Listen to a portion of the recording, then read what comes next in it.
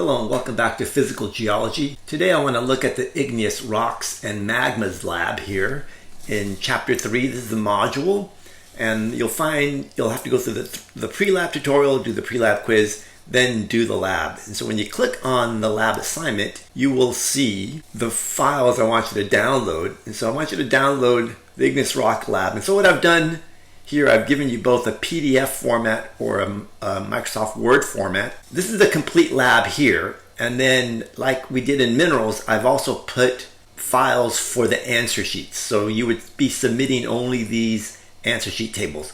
But obviously all the text and information and tables will be in the Igneous Rocks lab. So I've already downloaded the lab here on my computer. And you'll see that for this assignment, you'll be reading through the lab about nucleation, extrusive and intrusive rocks, and much of this material I've already covered in my video lectures.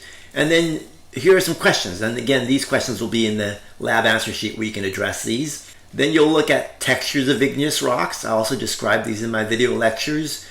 Important notes here about fine grain, medium grain, coarse grain.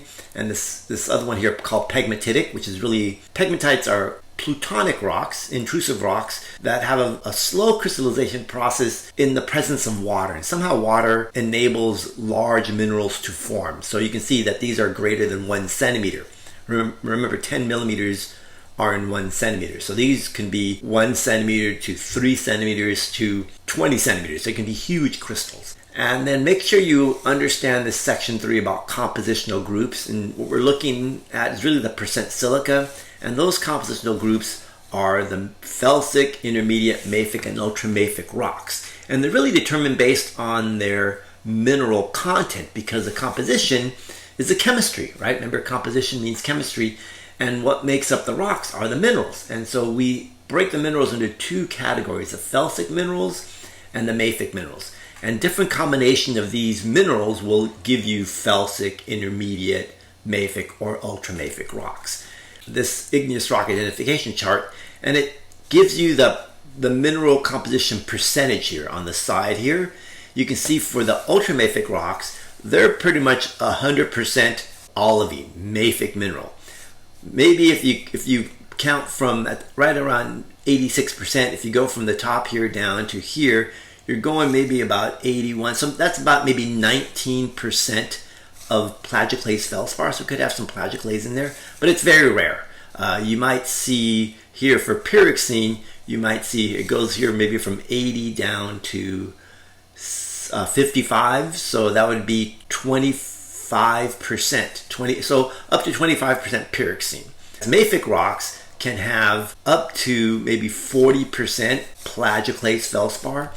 They can have up to maybe 40% olivine, right? If you look at this notch there, but they're usually on the order of maybe 10 to 15% olivine. You can see they can have quite a bit of pyroxene, up to about maybe 40% to 50% pyroxene. May or may not have amphibole. Usually basalts or mafic rocks do not have amphibole. But then when you get to intermediate rocks, now we start seeing more of this amphibole, maybe a little bit of biotite in here, a 10%, maybe about 20-25% amphibole. So what I'm doing, I'm just kind of like for plagioclase, it goes, if I just take this point here, which is at about maybe 40%, and I go, that's 60% plagioclase from 40 to 100, right? Plagioclase can have, intermediate rocks like andesites and diorites can have some potassium feldspar, a little bit of quartz. Although it's usually you don't see quartz in andesites. If my professors in college would always say if it has quartz, it's not going to be an andesite. So usually if you're seeing quartz in the rock, it's going to be one of these felsic rocks like granite or rhyolite. There are the rocks called dacites and granodiorites, which are sort of in the boundary between felsic and intermediate. And I only mention that because in California we have a lot of dacite and a lot of granodiorite. In fact, most of the Sierra Nevada is granodiorite rather than pure granite. Dacite would also be between andesite and rhyolite. For example, Lassen Peak, that volcanic lava dome, is primarily dacite lava. Percentages of minerals will give you those different chemical compositional groups here, right? Felsic, intermediate, mafic, and ultramafic. And so that chart that I have up here defines those. Other things you should pay attention to when we're looking at these are my tables 3 and 4 here. And so what I've done here, I've given you some of the common minerals that would occur in these different rocks. In fact, here I have the granodiorite, which is somewhere in between felsic and intermediate. And then here are some of the minerals that you'd expect. And then for the volcanic rocks, again, what you'd expect in the intermediate rocks, like for andesite. Note that I don't put quartz in here. You should not expect to find quartz in andesites. But you will find quartz in the dacite and the rhyolite, like I mentioned earlier. So when you're looking at identifying the igneous rocks later on, so in this table here, you want to try to identify as many of the minerals present in the rock, and that'll help you. And also try to figure out the percentages so that you can use this data table here to help you categorize the rocks. So the next section after the compositional groups, we're looking at the first activity really, which is looking at Bowen's reaction series. And I talk about this in my video lectures. The key thing about Bowen's reaction series is the crystallization sequence. Minerals are forming at different temperatures. They're crystallizing out of the magma at different temperatures. The mafic minerals will always crystallize at higher temperatures. So as the magma cools, you will have minerals floating in a magma, and that magma will be less mafic. I always think like of a slushy or a Slurpee, right? You'll see little crystals of ice in a liquid. That's kind of the idea of as the magma begins to cool, different phases are crystallizing before other phases. And so Bowen's reaction series describes this. And so you can see that the olivine, pyroxene, and the calcium-rich plagioclase, they're forming at around 1,000 degrees or hotter. Basalt magmas, mafic magmas, when they erupt from volcanoes like in Hawaii, they're around 1,200, 1,230 about the most. So that must mean that the temperature of the upper mantle must be about 1,200 to produce those magmas. And so that's how we get the temperature of the upper mantle, because remember, mafic magmas partially melt from peridotite mantle. And so your job here when you're filling out this data table, again, this will be in the answer sheet that you'll submit, you want to label the name of the rock, the volcanic rock that's mafic, put the name of the plutonic rock that's mafic over here. So fill these boxes in, and then you can use this graph to answer these questions. For example, question 14, what is the lowest possible temperature for the melting point of olivine? So the lowest possible temperature is 1,000, oh, actually no, it'd be up here. So you want to make an estimate. Maybe if that's 1,200, so maybe 1,100, 1,150 degrees, right in here, somewhere in the middle. So just do a visual estimate to give you an idea of these different melting points, crystallization points for these minerals.